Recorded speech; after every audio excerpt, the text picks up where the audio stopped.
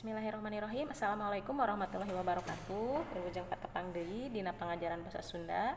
Dinten ieu urang bakal diajar ngeunaan resensi. Khususna ngeunaan resensi film.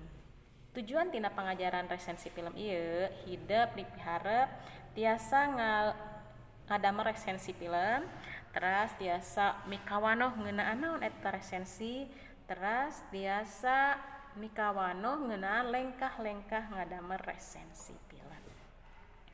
Padara nu kahiji ngeunaan wangunan resensi. Naon ari resensi teh? Ari resensi teh nyaeta ngajen atanapi meunteun kana hiji karya. Upamina buku, film, atanapi pintonan drama, atanapi konser musik.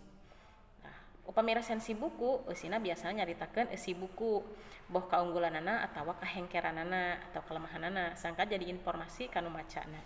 Upami resensi film, nya eusina nyaritakeun ringkesan atanapi sinopsis guluyiran carita film, kaunggulanana naon, kahengkeranana naon, jeung nataan kumaha garapan eta film teh timimiti sutradara saha, produserna saha, aktorna kumaha, aktrisna saha wae eta dina resensi film. Resensi pintonan drama oge atau pintonan konser musik nyaritakeun ngeunaan paniten kana pintonan boh kaunggulan atanapi kahengkeranana. Jadi intina tina ngaresensi nyaeta nganilai hiji karya. Nah, hidep ayeuna dina lawungan ayeuna bakal nganilai hiji karya nyaeta ngaresensi film. Naon eta struktur tina resensi teh? Resensi. Struktur tina resensi teh nu kahiji identitas karya. Identitas karya, anu kadua ringkesan carita atanapi sinopsis, anu katilu tilikan eusi, anu kaopat panutup. Lengkah anu kahiji nyaeta identitas karya. Identitas karya naon we nu kedah aya dina identitas karya film. Dina film nu aya dina identitas film nu kahiji judul film. Misalkan judul filmna naon ya, Si Kabayan misalkan Sabakota, sutradarana saha, produserna saha, tahun rilisna tahun sabaraha, aktorna saha wae, aktrisna saha wae. Eta dijelaskeun dina identitas karya atau identitas film. Teu patos benten sareng identitas film, tongtos hidep kantos ngadamel identitas resensi buku. Upami dina resensi buku mah kan aya judul buku, pangarang, pamedal teh penerbit, tahun medal, tahun terbitna iraha, jumlah kaca, jumlah halamanana sabaraha, jenis kertasna, kan aya nu A4, aya nu F4, aya nu folio, aya nu kuarto. Ukuran kertasna engke biasa diukur. Teras dina identitas buku biasana aya daftar harga bukuna sabaraha. Eta biasana manfaat pisan kanggo anu bade maca atanapi anu bade ngagaleuh kana eta buku. Tahapan nu kadua dina lengkah-lengkah resensi nyaeta ngadamel ringkesan carita. Upami urang ngadamel ringkesan carita, tangtosna urang kedah maca heula atanapi nonton heula filmna. Upami teu acan nonton atanapi maca filmna sampai katuntas dugi kaberes, urang moal tiasa ngadamel resensi atanapi nyaritakeun deui eusi caritana. Jadi dina tahapan ringkesan carita mah tonton heula filmna atanapi baca heula bukuna, nembe caritakeun deui eusina siga kumaha intina atanapi alur caritana. Tahapan katilu nyaeta tilikan eusi. Tah, anu utama dina resensi nyaeta tilikan eusi. Tilikan eusi teh nyaeta nganilai si karya, boh film atanapi buku. Nu kahiji kapunjulan atau kaonjoyan eta buku teh naon? Misalkeun kaunggulan tina eta film atanapi buku teh seueur ngandung nilai-nilai moral anu sae misalkeun. Terus aktingna katingali natural, ngaguluyur, alurna pikaresepeun, aya kapanasaran pikeun nonton kumaha engke akhirna bakal kumaha endingna. Eta kaunggulan atanapi kapunjulan tina film dijelaskeun dina tilikan eusi. Terus disebutkeun oge kahengkeran atau kelemahanana. Kelemahanana naon wae ye? Nah, bahasa nu digunakeun teh bahasa anu kumaha sesuai teu cocok teu lamun ditonton ku umur budak leutik atanapi ku urang dewasa eta engke dina tilikan eusi disebutkeun supaya anu maca atanapi ke nu nonton oh film ieu mah atanapi buku ieu mah cocokna dibaca ku umur sakieu. Berarti tong sina nonton misalkan budak leutik atanapi murangkali anu teu acan umurna pas pikeun nonton film atanapi maca buku eta. Jadi dina tilikan eusi oge dipedar ngeunaan analisis unsur intrinsik. Nah, saha wae tokoh-tokohna, di mana latar tempatna, kumaha karakter si tokoh eta ayana dina tilikan eusi. Tahapan anu terakhir nyaeta tahapan panutup. Upami tahapan panutup nyaeta mangrupa kacindekan. Kacindekan teh kesimpulan tina eusi resensi. Biasana ditepekeun oge harapan-harapan nu nulis resensi kana karya anu aya dina resensi. Karya nu diresensi teh nah ieu teh sae atanapi kumaha, engke di panutup dijelaskeun deui. Cocokna dilolojoan ku umur sabaraha taun atanapi dibaca ku sabaraha taun.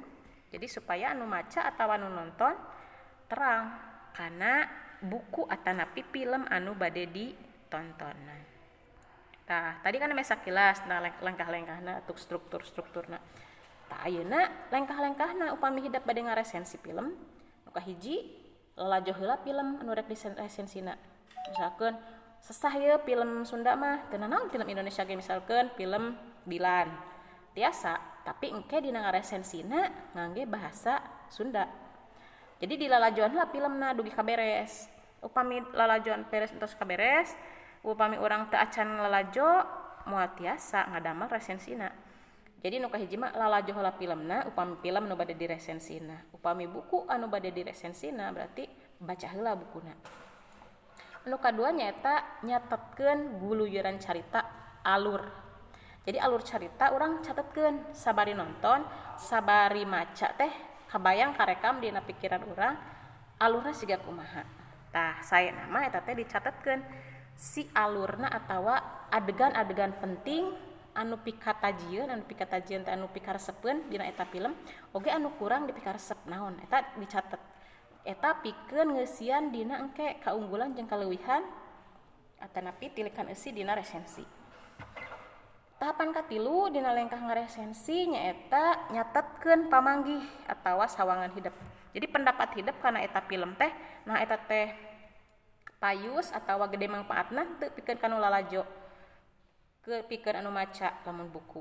Jadi catetkeun pamanggih hidup teh sawangan hidup kana eta buku atanapi film.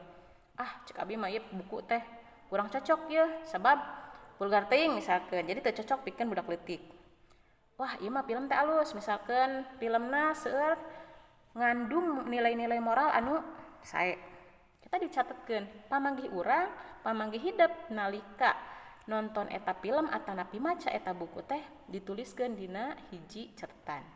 Eta engke digunakeun dina ngeusian tilikan eusi.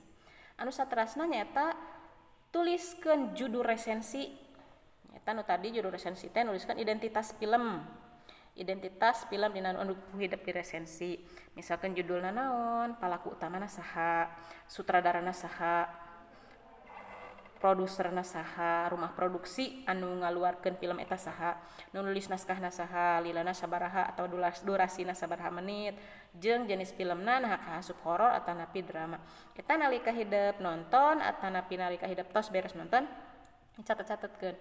Upami tos beres nonton biasana sok kalangkungnya tiasa di tingali deui ti awal kayak dituliskeun dicatetkeun.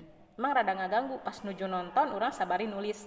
Tapi lamun urang tujuanna pikeun ngaresensi mah teu salahna sabari nonton sabari dituliskeun hal-hal anu kudu aya dina resensi eta.